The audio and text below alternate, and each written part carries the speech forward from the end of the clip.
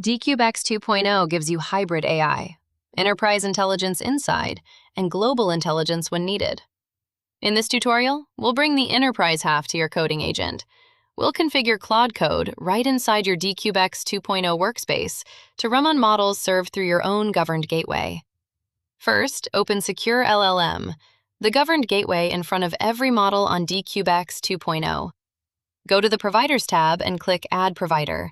Give it a name, here OpenRouter 1, and set the type to OpenAI compatible.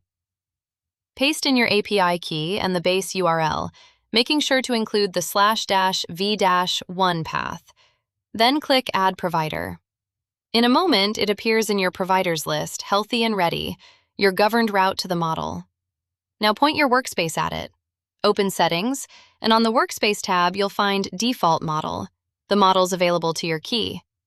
Choose the one your new provider serves. Here, OpenRouter 1's Claude Opus 4.8. Click Apply and Restart. The workspace restarts, so every agent picks up the new default. Once the workspace pod is back, open Claude Code.